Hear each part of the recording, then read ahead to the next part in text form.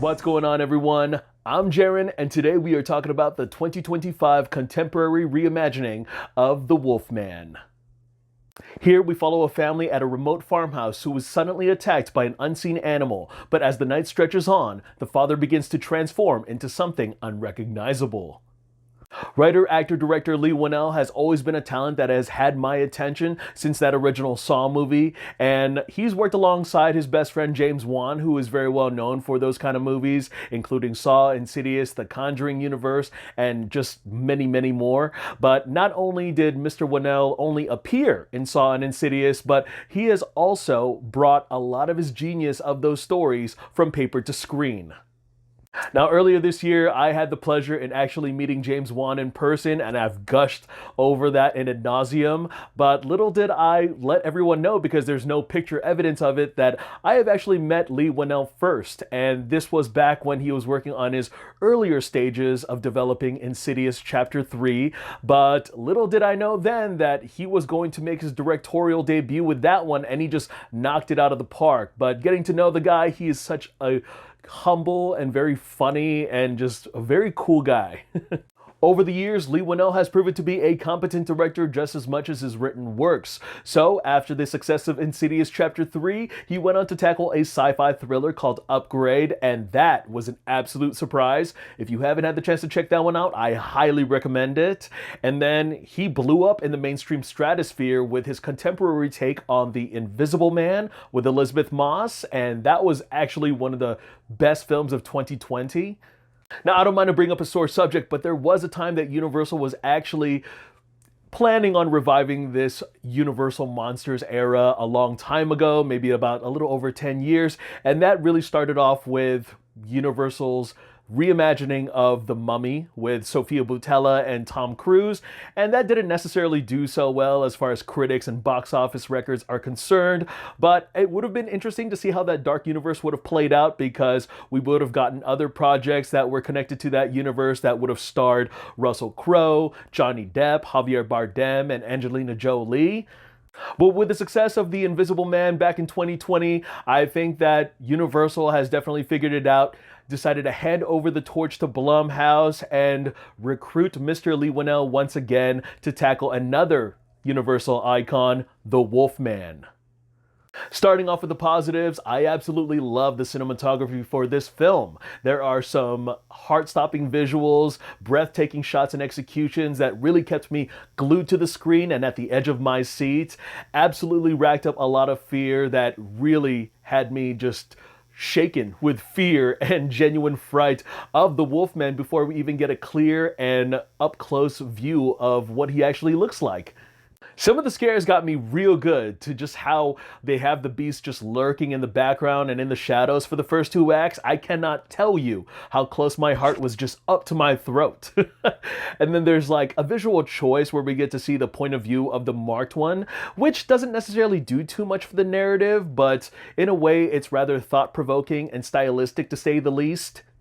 As well as the sound design, that was impeccable. Kind of like M. Night Shyamalan's Signs, some of the things are just really left up to your imagination. So while our family is attempting to keep safe in the farmhouse, you just hear all these noises, very ambiotic, where you hear some of the growling, the scuffling, and the tearing.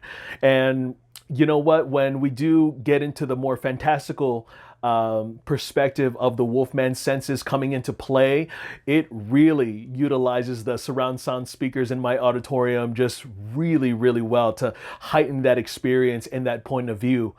And of course, we have the body horror, the werewolf transformation, where the muscular structure is contorting and the bones are shifting in very painful places of the human body.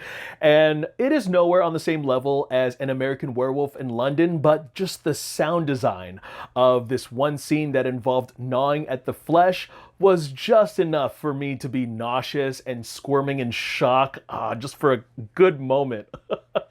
Speaking of squirming, the practical effects and makeup was just gut-churning. Just the little details that went into the transformation of a werewolf, like losing teeth, losing fingernails, losing a little bit of hair. You know what? That's a lie. He lost a lot of hair. and the appearance of rotting flesh, which kind of gave more of a disease, more of an infectious look. And that's probably going to be the most divisive thing when it comes to the audiences who are coming in to see a Wolfman, especially because when we want to go see a Wolfman movie, you expect the guy to be very hairy. And if I'm going to be honest, the guy ends up looking like an orc with alopecia. Oh my God. But you know what? At least he looks a lot scarier than the performer at Halloween Horror Nights at Universal Studios.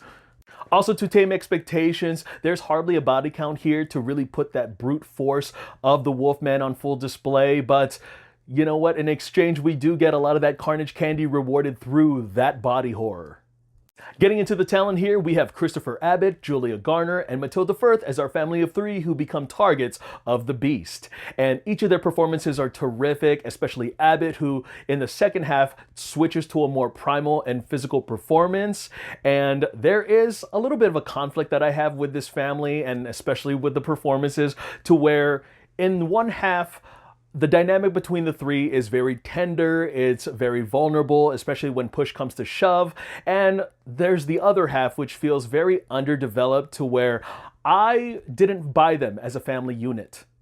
For one example, Garner's character felt more like a stepmother, more of a recent girlfriend, if you will, where a lot of the marital issues really felt fresh, felt very, new and recent. And then there's the father and daughter dynamic, which was very solid. And you can tell that Firth and Abbott have a really good rapport, very good dynamic and relationship with each other.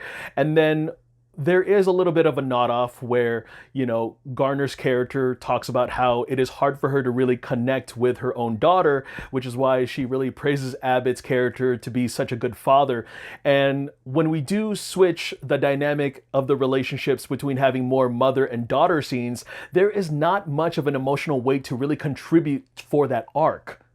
Getting into the section of mixed and negatives, where Leigh Whannell's The Invisible Man was to explore the themes of an abusive relationship, here we try to explore the themes of generational trauma, where Abbott's character at a very young age was raised by a strict father who was very much paranoid and very angry, and he definitely emancipated himself from him, and he's trying to break that mold. He's trying not to scar his daughter. And it was just messy with the way that they handled it, of how they just hammered in the theme over the nose and just to completely forget about it in the second half of the movie. And in the end, you know what they were going for, but it just didn't come to fruition. Now, I gotta say, I have very hot and cold issues here with the script, and there's something about its simplicity that really just falls in line with the traditional Universal classic monster story. And at the same time, this is from the same writer and filmmaker who brought us The Invisible Man, which had so much depth, and yet I am left yearning for the same type of catharsis here. There were many opportunities to gain much more of a fresh angle, whether that would be the lore, the rules, or an expansion of what people may or may not know about werewolves here, and yet it really falls short and does not try to bring it full circle. Keeping on the subject of simplicity, I look back at films like David Cronenberg's The Fly, or John Carpenter's Halloween, or the original 1941 Wolfman, where a lot of the story and the terror could remain just as effective even on a contained scale. And yes, had we not have gotten sequels or other iterations throughout the years, it wouldn't have had the chance to expand on the lore, on the legend. And if I'm going to be honest, as time has proven, it has made those movies very iconic to revisit. I mean, who knows? This could be a new age where we get a lot more lycanthrope films back in cinemas again, back on the big screen. I mean, I think Robert Eggers has definitely announced that he's working on a werewolf horror movie. Overall, I do think that this is probably Leigh Whannell's weakest display in his talents, and that's not necessarily saying that this movie was awful. It's probably just my least favorite of everything else he has done, which are pretty much great. And I also wish that the story didn't necessarily take place in one night. I wish they kind of stretched out the entire ordeal between 2 or 3 nights at the least to really balance out those elements of characterization and narrative. On a technical scale, physically and visually, this wins me over for a rewatch. But unfortunately, where it lacks story, where it lacks a body count, and where it lacks in the emotional and physical journey of our protagonist through this horror, it really are the major components that I come to a werewolf movie for, and it just wasn't it. All right, guys, that's all I got to share about that movie. Go ahead and check it out if you want. Look forward to more reviews. I'm Jaren Agbanawag, and I want to thank you guys again for taking some time out of your day to hear me talk some movies. In the meantime, take care, and I'll see you guys at the theater.